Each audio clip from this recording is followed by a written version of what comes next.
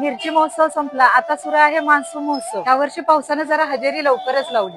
बऱ्याचशाच माझ्या मैत्रिणींच्या पुढे प्रश्न पडला असेल, चटणी करायची आहे पण मिरच्या बारीक होतील का, मिरच्या ओल्या तर नसतील का, त्याची पावडर व्यवस्थित होईल का, आणि सगळ्यात मोठा प्रश्न म्हणजे की वर्षभर माझी चटणी टिकेल का। या सगळ्यांचं उत्तर फक्त तुम्हाला स्वाद मसालेमध्ये मिळेल। अशा पद्धतीने मिरची कढईमध्ये गरम करून घेतली जाते आणि याचं मॉइश्चर काढून घेतलं जातं। परत टंकावरती आणून अशा पद्धतीने पूर्ण बारीक करून घेतली जाते। तुमच्या मिरची आणि मसाल्याची पावडर पूर्ण अशी बारीक करून त्याची चटणी बनवून दिली जाते। तुमच्या सगळ्यांच्या पुढे एक मोठा प्रश्न होता की बाई मी या वातावरणात केली तर माझी चटणी टिकेल का। या सगळ्याचं टेन्शन स्वाद मसाल्याने घेतलं। स्वाद मसाले तुमची वर्षभर चटणीची गॅरंटी घेते। मग कधी येत आहे तुमची चटणी बनवायला।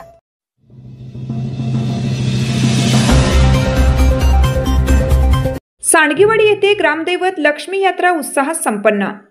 सांडगेवाडी तालुका पलूस येथे श्रावण महिन्यातील शेवटच्या शुक्रवारी सांडगेवाडी येथे ग्रामदैवत श्री लक्ष्मी देवीची पारंपरिक यात्रा मोठ्या भक्तिभावात व उत्साहात पार पडली।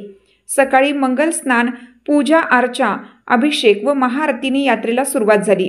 दिवसभर देवीच्या दर्शनासाठी भाविकांची मोठी गर्दी उसळली होती।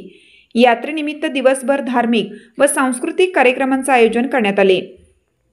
भजन, कीर्तन, टाळ, मृदुंग, ढोल ताशा व लेझिम पथकाच्या गजरात गावातील प्रमुख रस्त्यावरून लक्ष्मी मातेची पालखी काढण्यात आली।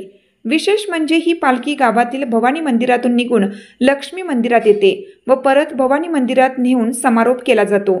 यात्रेत महिला, युवक, बालक व ज्येष्ठ नागरिकांचा उत्स्फूर्त सहभाग दिसून आला।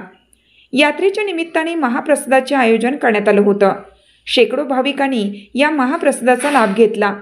याचबरोबर कलापथकांच्या विविध कार्यक्रमांसोबतच बैलगाड्यांच्या शर्यतींचं आयोजन करण्यात आलं होतं।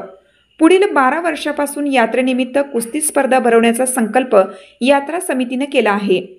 परिसरातील पलूस, बांबवडे, आंधळी, मोराळे, राजापूर आदी गावांमधील नागरिकांनी या यात्रेला मोठ्या संख्येने उपस्थिती लावली।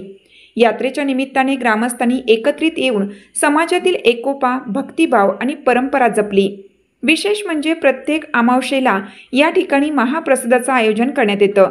त्यामुळे सांडगेवाडी हे भक्तांचे श्रद्धास्थान बनले आहे। सायंकाळी देवीची महाआरती होऊन यात्रेचा समारोप झाला।